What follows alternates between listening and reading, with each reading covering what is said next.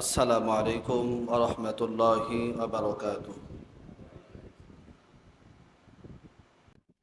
আপনাদেরকে বলেছিলাম আজকে ইনশাআল্লাহ এই আলোচনার এখানে সমাপ্ত করব।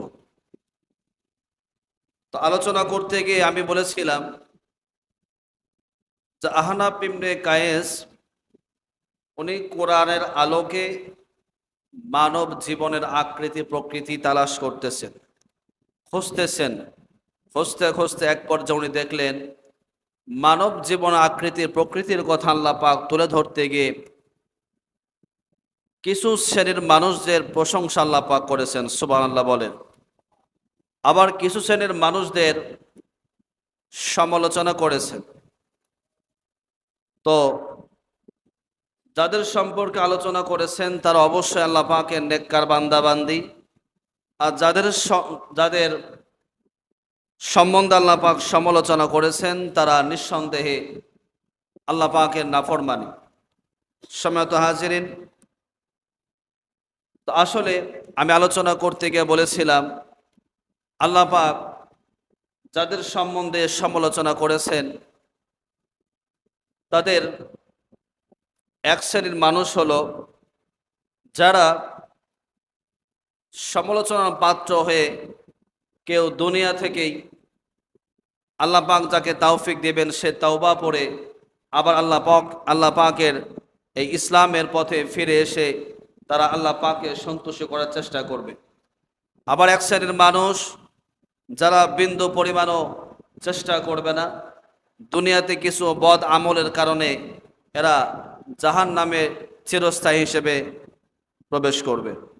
তো সম্মানিত ভাইরা, যেই কথাটি বলতে চাচ্ছি, আহনাফ ইবনে কায়েস কোরআনের আলোকে আরও কিছু হতভাগ্য মানুষের আকৃতি দেখলেন যাদেরকে আল্লাহ পাক জাহান নামে দেবেন। তো এখন আমরা কোরআনের আলোকে দেখলাম আল্লাহ পাক কিছু শ্রেণীর মানুষদের আলোচনা করেছেন, প্রশংসা করেছেন, আবার কিছু শ্রেণীর মানুষদের জন্য সমালোচনা করেছেন যাদের এক শ্রেণীর মানুষেরা জাহান নামে চলে যাবে। তো এবার আসেন, এই জাহান্নাম থেকে মুক্তি পাওয়ার কোনো পথ আছে কিনা। আহনাফ ইবনে কায়েস কোরআন শুরু থেকে নিয়ে শেষ পর্যন্ত দেখতে দেখতে এক পর্যায়ে উনি তার নজরে পড়ল পরের আয়াত। আল্লাহ পাক বলছেন ওয়া আখারুনা আ'তারাফু বিযুনুবিহিম খালাতু আমালান সালিহান ওয়া আখারা সাইয়্যিআ আসাল্লাহু আন ইয়াতুবা আলাইহিম ইন্নাল্লাহা গফুরুর রহিম। আহনাফ ইবনে কায়েস যখন এই আয়াত পর্যন্ত পৌঁছলেন, যে আয়াতের ভিতরে আল্লাহ পাক বলছেন সূরা তাওবা আয়াত নম্বর 102, উনি দেখলেন যে এই আয়াতের ভিতরে আল্লাহ পাক বলছেন যে আরও কিছু শ্রেণীর মানুষ আছে যারা দুনিয়াতে নেক আমল করেছে, এর পাশাপাশি তাদের দ্বারা কিছু গুনাহ হয়ে গেছে, অথবা গুনাহ করেছে কিন্তু এর পাশাপাশি আবার কিছু ভালো কাজও করেছে। সুবহানাল্লাহ বলেন। অর্থাৎ ভালো মন্দ দুইটাকে কি করছে? সংমিশ্রণ করছে। কি করছে? দুইটাকেই সংমিশ্রণ করেছে।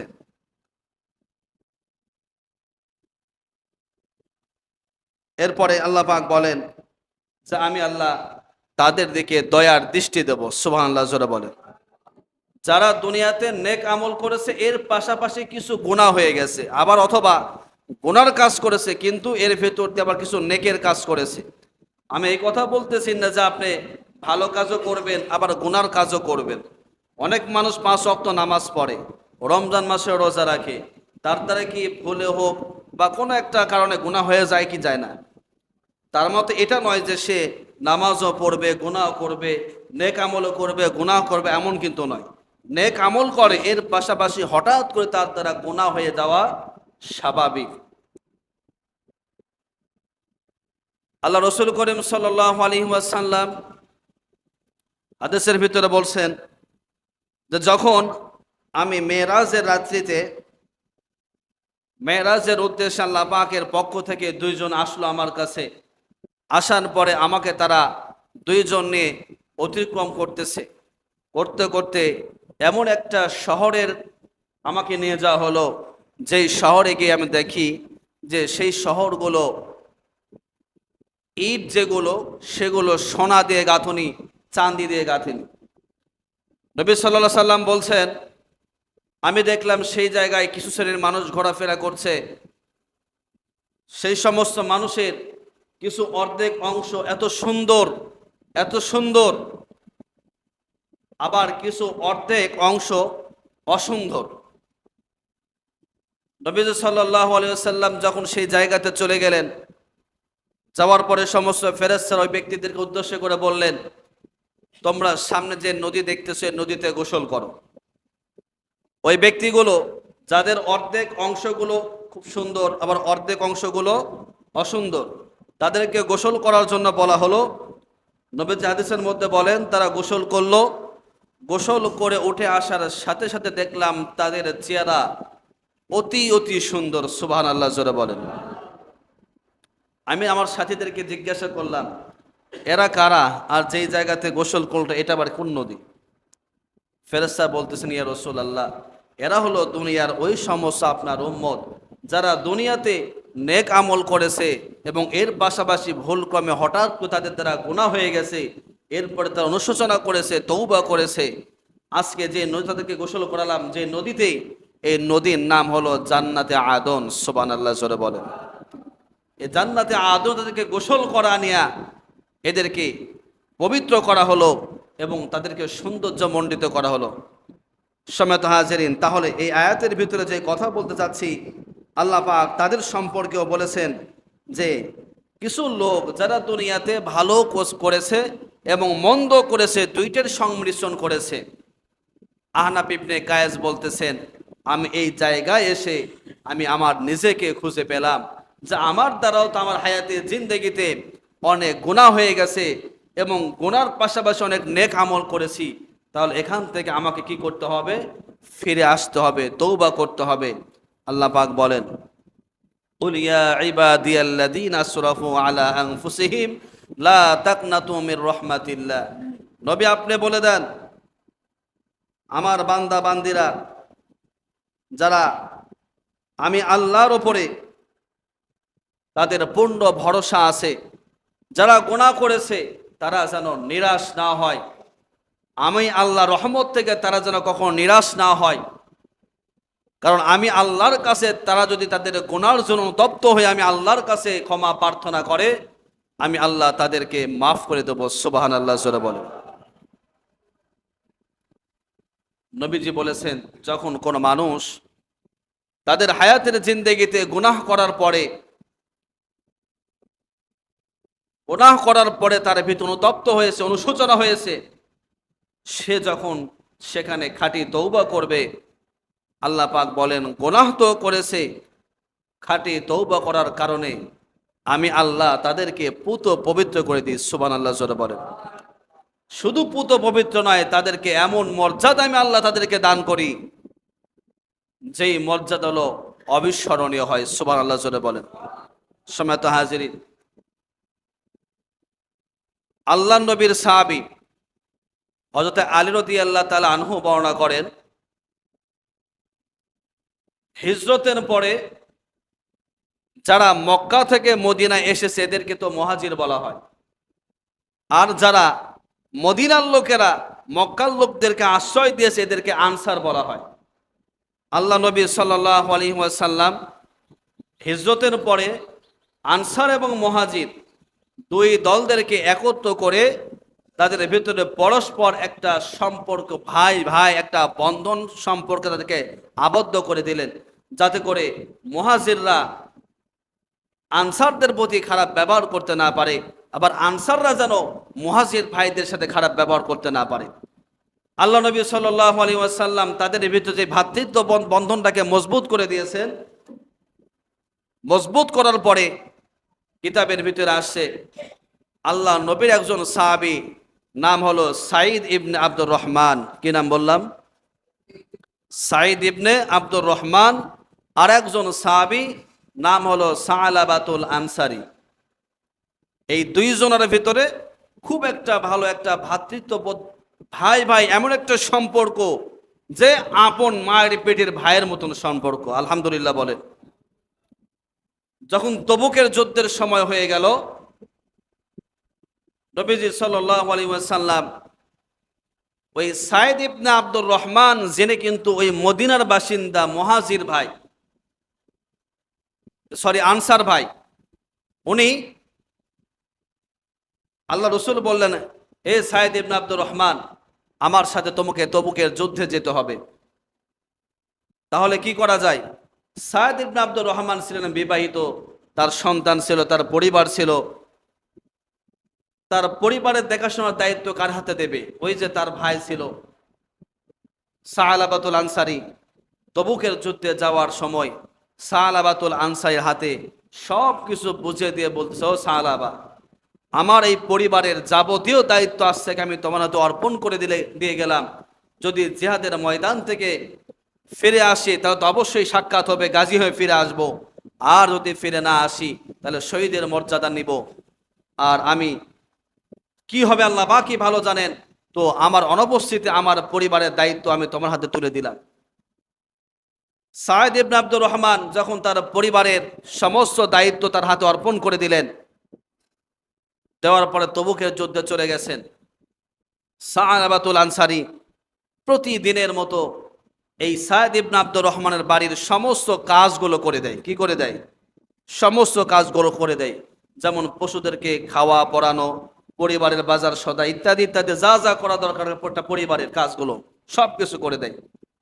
কিন্তু এক সময় হঠাৎ করে এই সালাবাতুল আনসারীকে শয়তান ধোঁকা দিল। সালাবাতুল আনসারীকে শয়তান ধোঁকা দিয়ে বলল, সালাবা, তুমি যে তোমার ভাই সাইদ ইবনে আব্দুর রহমানের বাড়ির সমস্ত কাজগুলো করে দাও, তোমার ভাই সাইদ ইবনে আব্দুর রহমান তো বাড়িতে নাই, সে তো তবুকের যুদ্ধে চলে গেছে। তোমার মতন বোকা কি আর কেউ আছে? তুমি দীর্ঘদিন ধরে সাইদ ইবনে আব্দুর রহমানের বাড়ির সমস্ত কাজগুলো করে দাও, তার পরিবারের বাজার টাজার যা কিছু লাগে সব কাজগুলো করে দাও। তুমি কি জানো তোমার ভাই সাইদ ইবনে আব্দুর রহমানের স্ত্রী বড় সুন্দরী? জোরকার নাউজুবিল্লাহ। শয়তান যখন সালাবাতুল আনসারীকে ধোঁকা দিল, ধোঁকা দিয়ে বোকা বানায় বলতেছে, ও সালাবা, তুমি কি জানো সাইদ ইবনে আব্দুর রহমান তোমার যেই ভাই, তার স্ত্রী বড় সুন্দরী, তুমি তো তার বাড়ির সমস্ত কাজগুলো করে দাও। আজকে যে সুবর্ণ সুযোগ তুমি পেয়েছো, এরপরে কিন্তু এমন সুবর্ণ সুযোগ আর কোনোদিন তোমার হবে না। জোরকার নাউজুবিল্লাহ। আমার ভাইয়েরা, সালাবাতুল আনসারী শয়তানের ধোঁকায় পড়ে বোকা হয়ে যখন পর্দাগুলো জাগিয়ে সাইদ ইবনে আব্দুর রহমানের ঘরের ভিতরে প্রবেশ করার পরে সাইদ ইবনে আব্দুর রহমানের স্ত্রীর হাতটা শুধুমাত্র ধরেছে। আমার ভাইয়েরা খেয়াল করেন, সালাবাতুল আনসারী সাইদ ইবনে আব্দুর রহমানের স্ত্রীর হাতটা শুধুমাত্র ধরেছে। দেখেন তার স্ত্রী কেমন আল্লাহওয়ালা ছিল। সঙ্গে সঙ্গে ডেকে ডেকে বলে, ও সালাবা, তোমার ভাইয়ের অনুপস্থিতিতে তোমার ভাই যুদ্ধের ময়দানে যাবার সময় আমার পরিবারের যাবতীয় সব কিছু তোমার হাতে আমানত হিসেবে তুলে দিয়েছে। আমি তোমার কাছে জানতে চাই, তুমি কি তোমার ভাইয়ের সেই আমানতের খেয়ানতগুলো করতে চাও? আমার ভাইয়েরা এবার বলেন তো, এমন সুবর্ণ সুযোগ যদি আমার আপনার জীবনে আসতো, আমরা কি মিস করতাম? কখনো মিস করতাম না। আজকে চতুর্দিকে এরকম সুযোগ কাজে লাগাচ্ছে কি লাগাচ্ছে না? জনগণ লাগাচ্ছে কি লাগাচ্ছে না? ভাইদের বাইরে কোথাও যেতে হয় না। যাক, সেদিকে যাব না। আমার ভাইরা বোঝানোর জন্য বলতেছি, এই সাইদ ইবনে আব্দুর রহমানের স্ত্রী সালাবাতুল আনসারীকে ডেকে ডেকে বললেন, ও সালাবা, তোমার ভাই আমাদের পরিবারের সব কিছু তোমার হাতে আমানত হিসেবে রেখে গেছে। আমরা জানতে চাই তুমি কি তোমার ভাইয়ের সেই আমানতের খেয়ানতগুলো করতে চাও? আমার ভাইয়েরা, সাইদ ইবনে আব্দুর রহমানের স্ত্রী শুধুমাত্র এতটুকু কথা বলেছে। এরপরে সালাবাতুল আনসারীর হুঁশ ফিরে এসেছে। সঙ্গে সঙ্গে স্ত্রীর হাতটা ঝাঁকি মেরে ছেড়ে দিয়ে সঙ্গে সঙ্গে বাড়ি থেকে বের হয়ে আস্তাগফিরুল্লাহ পড়তে পড়তে বাড়ি থেকে রওনা হয়ে চলে গেছে। আমার ভাইয়েরা খেয়াল করেন, শুধুমাত্র সাইদ ইবনে আব্দুর রহমান স্ত্রীর হাতটা ধরেছে, আর তার ভুলটা বোঝার পরে নিজেকে এত বড় ছোট মনে করেছে, এত বড় অনুশোচনা তার ভিতরে শুরু হয়েছে। গুনার প্রতি লজ্জিত হয়ে অনুতপ্ত হয়ে নবীর সাহাবী হযরত আবু বকরের দরবারে চলে গেছে। আবু বকর সাহাবীর কাছে গিয়ে বললেন, ও আবু বকর সাহাবী, আমি শয়তানের ধোঁকায় পড়ে বোকা হয়ে এই সমস্ত গুনার জন্য উপক্রম হয়ে আমার ভাইয়ের স্ত্রীর হাতটা ধরেছি। বলো তো আমার এই গুনার কি কোনো মাপ আছে নাকি, আমি ক্ষমা পাবো কিনা? আবু বকর সিদ্দিক রাদিয়াল্লাহু তাআলা আনহু ডেকে ডেকে বলেন, ও সালাবা, তুমি যত বড় অপরাধ করেছো, তোমার ভাইয়ের আমানতের খেয়ানত করার চেষ্টা করেছো, এই মুহূর্তে তুমি আমার এই দরবার থেকে চলে যাও। আমার ভাইয়েরা কিতাবের ভিতরে আসছে, আবু বকরের দরবার থেকে বিতাড়িত হয়ে সালাবাতুল আনসারী হযরত ওমরের দরবারে যখন চলে গেছে, হযরত ওমর রাদিয়াল্লাহু তাআলা আনহু সবকিছু শোনার পরে দূর দূর করে তাড়িয়ে দিয়ে বলল, সালাবা, তুমি যে অন্যায় করেছো, তোমার এই অন্যায়ের কোনো অপশন আমার কাছে নাই, তুমি আমার দরবার থেকে চলে যাও। আমার ভাইরা শেষ পর্যন্ত সালাবাতুল আনসারী লক্ষ্য করলেন, যেই জায়গাতে নবীর সাহাবা আবু বকরের কাছ থেকে বিতাড়িত হয়েছি, ওমরের কাছ থেকে বিতাড়িত হয়েছি, এইবার আমি একটু যেতে চাই, আমার নবী হয়তো বা আমার জন্য কোনো সলিউশন বর্ণনা করবে। আমার ভাইয়েরা শেষ পর্যন্ত সালাবাতুল আনসারী নবীজির দরবারে চলে গেছে। নবীজির কাছে গিয়ে যখন সমস্ত ঘটনাগুলো খুলে বলেছে, নবীর কাছে তখনও পর্যন্ত এই সম্বন্ধে সংবাদ ছিল না। নবী ডেকে ডেকে বলো, সালাবা, তুমি যত বড় অপরাধ করেছো, তুমি যত বড় অন্যায় করেছো, তোমার এই অন্যায়ের কোনো ক্ষমা আমার কাছে নাই, তুমি আমি নবীর দরবার থেকে চলে যাও। যেরকম নাউজুবিল্লাহ। সালাবাতুল আনসারী চিন্তা করলো, যেই জায়গায় নবীর সাহাবী আবু বকর আমাকে দূর দূর করে তাড়িয়ে দিল, ওমরের দরবার থেকে বিতাড়িত হয়ে গেলাম, সবচাইতে বড় যার প্রতি আমার পূর্ণ আস্থা ছিল, দয়ার নবী মায়ার নবী, সেই নবীর দরবার থেকে যখন আমি বিতাড়িত হয়েছি, আমার যাওয়ার আর কোনো জায়গায় নাই, তখন সে নিজেকে সবচাইতে ছোট মনে করে এত বড় অপরাধী মনে করলো যে আমার মনে আমার এই গুনার আর কোনো ক্ষমা নাই। সে এক পর্যায়ে গিয়ে একটা পাহাড়ের গুহায় গিয়ে আশ্রয় নিয়েছে, সেখানে সব সময় আল্লাহর কাছে আরাধনা করতে থাকে, আল্লাহর কাছে দোয়া করতে থাকে। আমার ভাইরা লক্ষ্য করেন, এইদিকে জিহাদের ময়দান থেকে সাইদ ইবনে আব্দুর রহমান যখন চলে আসলো, গাজী হয়ে যখন ফিরে এসেছে, মদিনার সমস্ত লোকেরা তাদের গাজী ভাইদেরকে সম্বোধন জানানোর জন্য চলে এসেছে। কিন্তু সমস্ত সাহাবীরা লক্ষ্য করে দেখলো তাদের আত্মীয় স্বজন তাদেরকে সংবর্ধনা জানানোর জন্য এসেছে। সাইদ ইবনে আব্দুর রহমান লক্ষ্য করে দেখলেন, আমার ভাই সালাবাকে তো দেখতেছি না। শেষ পর্যন্ত যখন সাইদ ইবনে আব্দুর রহমান তার বাড়িতে চলে গেছে, বাড়িতে যাওয়ার পরে যখন তার স্ত্রীর কাছ থেকে সমস্ত ঘটনাগুলো শুনেছে, এরপরে বললেন, আমার ভাই সালাবা কোন দিকে গেছে? সমস্ত বর্ণনা শোনার পরে সালাবাতুল আনসারীকে নিয়ে খোঁজার জন্য চলে গেছে। আমার ভাইয়েরা লক্ষ্য করেন, সালাবাতুল আনসারী ডেকে ডেকে বলে, আমি যে অন্যায়গুলো করেছি, আমার এই অন্যায়ের গুনাহ মাপ না হওয়া পর্যন্ত আমি আর নবীর কাছে ফিরে যাব না। তাহলে দেখেন, তারা অন্যায় কি শুধুমাত্র সাইদ ইবনে আব্দুর রহমানের স্ত্রীর হাতটা ধরেছে, জেনার কাজটাও কিন্তু করে নাই, ধর্ষণও কিন্তু করেন নাই, শুধুমাত্র হাতটা ধরেছে, যার জন্যে সে নিজেকে এত বড় অপরাধী মনে করছে যে নিজেকে পৃথিবীর জমিনে সবচাইতে বড় পাপী মনে করেছে। আমার ভাইরা শেষ পর্যন্ত সংক্ষেপ করে দিই, আল্লাহ রাব্বুল আমিন ফেরেশতাকে পাঠিয়ে দিয়েছে। জিবরিল আমিন এসে নবীকে বলছেন, ইয়া রাসূলুল্লাহ, এই মুহূর্তে আল্লাহ পাক আমাকে জানিয়ে দিলেন আপনার কাছে কথাটা পৌঁছানোর জন্য। আপনি বলেন তো, এই আসমান জমিন আপনি সৃষ্টি করেছেন না আল্লাহ সৃষ্টি করেছে? নবীজি বলছেন, নিঃসন্দেহে আল্লাহ পাক সৃষ্টি করেছে। ফেরেশতা জিবরিল আমিন ডেকে ডেকে বলেন, আপনার যে সাহাবীকে আপনি দূর দূর করে দাঁড়িয়ে দিয়েছেন, আপনার ওই সাহাবীর ওপরে আমার আল্লাহ খুশি হয়ে গেছে। আল্লাহ আপনার সাহাবীকে মাফ করে দিয়েছে, আপনি আপনার সাহাবীকে ফেরত নিয়ে আসেন। আমার ভাইয়েরা, সংক্ষেপ করে দিই শেষ পর্যন্ত। নবীজি হযরত আলী রাদিয়াল্লাহু তাআলা আনহু আর সালমান ফারসি রাদিয়াল্লাহু তাআলা আনহু দুইজন সাহাবীকে পাঠিয়ে দিলেন। আমার ভাইরা, দুইজন সাহাবী সালাবাতুল আনসারীকে গভীর রাতে তালাশ করতে করতে একটা পাহাড়ের গোয়া থেকে নিয়ে মদিনায় চলে আসতেছে।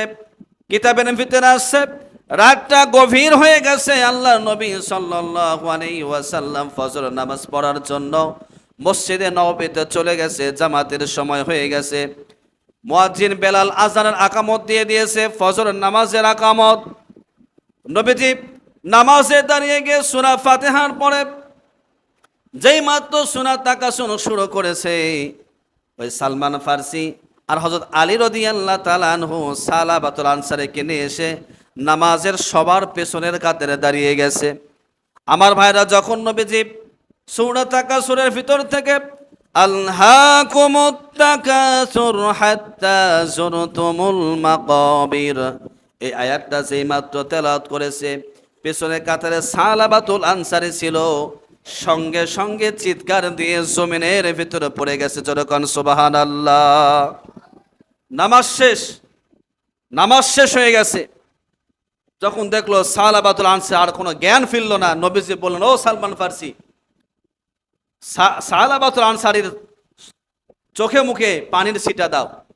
সালাবাতুল আনসারী ভালো করে পর্যবেক্ষণ করে নবীকে বুঝিয়ে, রসুল আল্লাহ, আপনার এই সাহাবী আর দুনিয়ার জমিনে নাই। যে বলছে সাহাবী আর দুনিয়ার জমিনে নাই,